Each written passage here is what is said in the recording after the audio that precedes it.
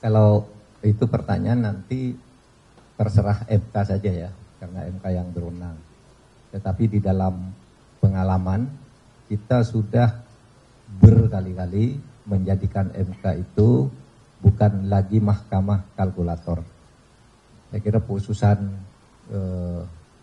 tahun 2008 yang pertama itu adalah satu contoh bahwa MK itu bukan mahkamah kalkulator, dan seterusnya dipakai sampai sekarang. Sampai istilah TSM itu sendiri masuk di dalam hukum kita. Sebelum itu tidak ada.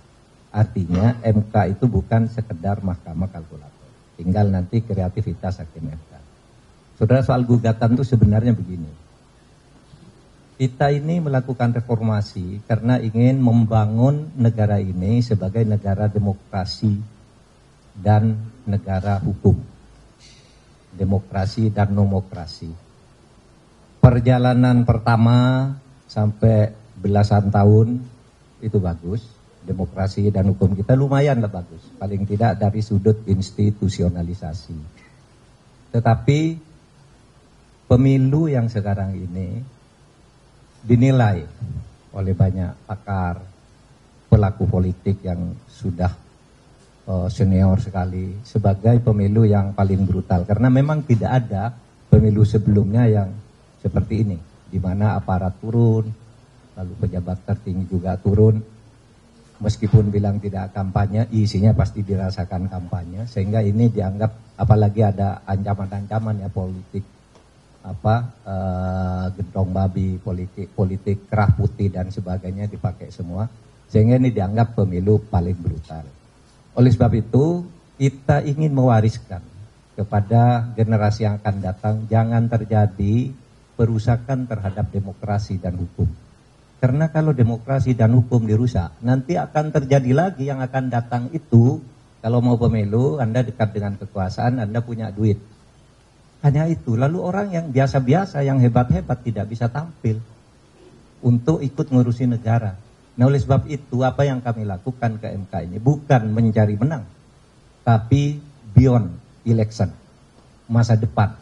Bukan sekedar untuk pemilu hari ini, tapi masa depan ratusan tahun yang akan datang demokrasi kita harus sehat, dan itu harus diungkap di sebuah teater hukum yang bernama Mahkamah Konstitusi.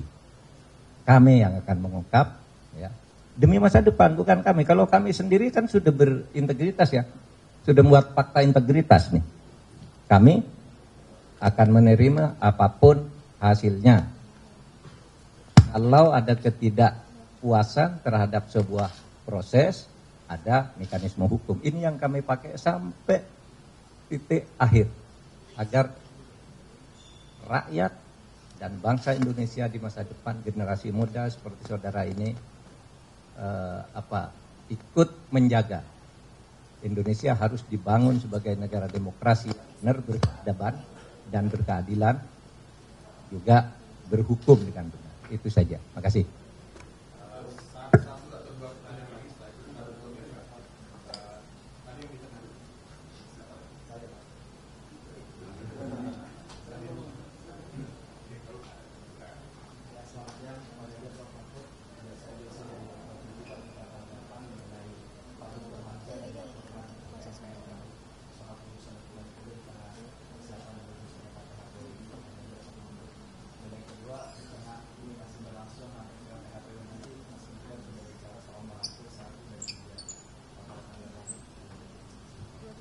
Kalau siapa melaporkan apa, biarkan itu berproses sendiri begitu ya.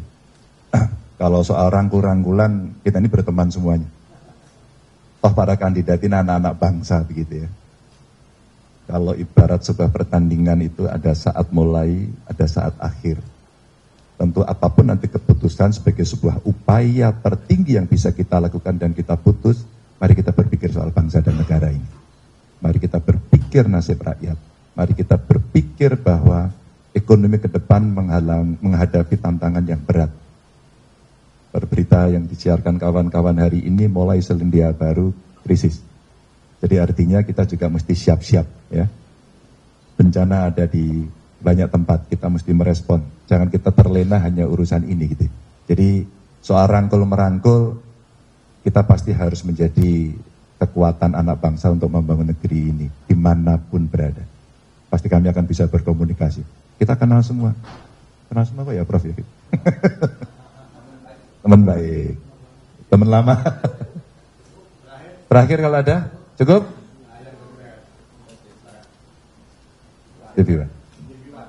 Penegasan artinya dari statement hari ini dari Mas Ganjar sendiri ini apakah menolak hasil dari KPU? Terus kalau hak angket ini digulirkan, sikap partai Mas Ganjar apakah akan tetap mendukung pemerintah atau hak angket ini hal yang berbeda? Tadi saya sampaikan angket nanti akan ada di parlemen.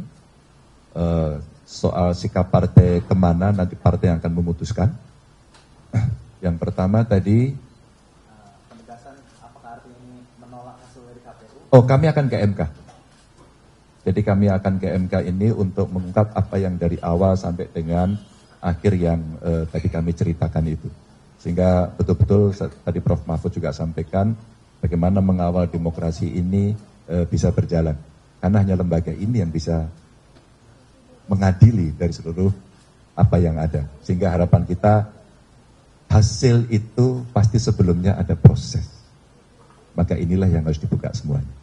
Teman-teman terima kasih semuanya, para pendukung terima kasih, jaga bangsa dan negara kita, jaga demokrasi kita. Wassalamualaikum warahmatullahi wabarakatuh. Saudara-saudara sekalian, terima kasih untuk kehadirannya. Ya. Tadi Pak Ganjar sudah mengatakan bahwa demokrasi yang kita hadapi sekarang ini adalah demokrasi yang menurut banyak penilaian, termasuk dari luar negeri, juga dianggap bermasalah.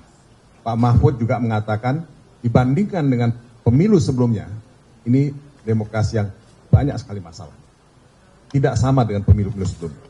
Nah saudara-saudara,